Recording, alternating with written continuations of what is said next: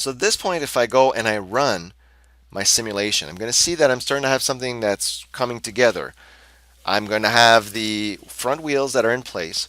I have the back wheels that are here.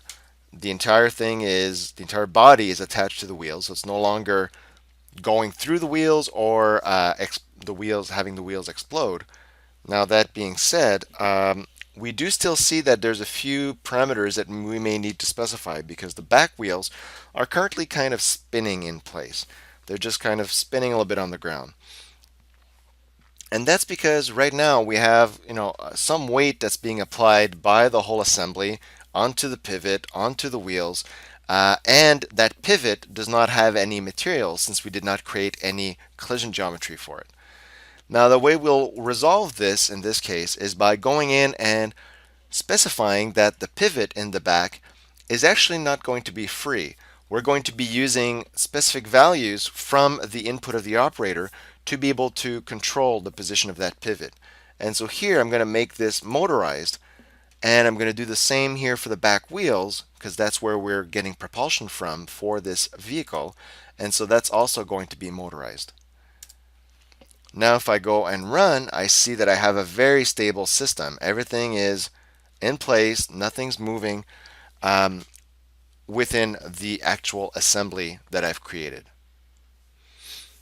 Now that we have a basic system in place, we have our body, we have our wheels, we've created constraints, and we'd like to start to see some motion here inside of the machine. So what we'll do is I'm going to go in and assign values for these constraints to actuate the different motors that I've just configured. And so here, if I look at the rear wheels, under controlled axes, we'll see that we have multiple tabs. One is any friction parameters. This will apply to all types of constraint. We have limits that could be specified, and so we'll take a look at these a little bit later within these videos. We have the motor section where you can define what kind of motor force you'd like to apply on the machine. And finally, we have lock. Lock would be used in concert with the locked option to be able to specifically drive the position, velocity, and other aspects of this wheel. Now in this case, I just want something simple to get some motion, so I'll come into desired velocity and type a value here like 90 degrees per second.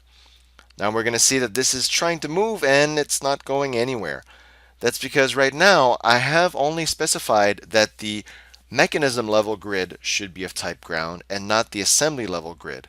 So I can go here under the assembly and make it of type ground, run again, and now I'm going to start to see some movement. The back wheel is moving. Its material, which is of type wheel, is interacting with the ground. That friction is then giving us propulsion by making the wheels turn, making that in turn the pivot above it move, making the entire body move, and then the front wheels are just free spinning based on the fact that they are free constraints that we have here on the machine.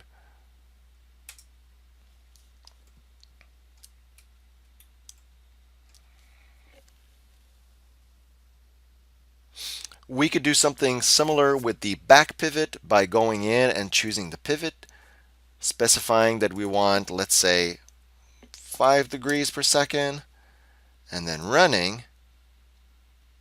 And so now we can see that the entire forklift is turning slowly as the back pivot is turning on the machine.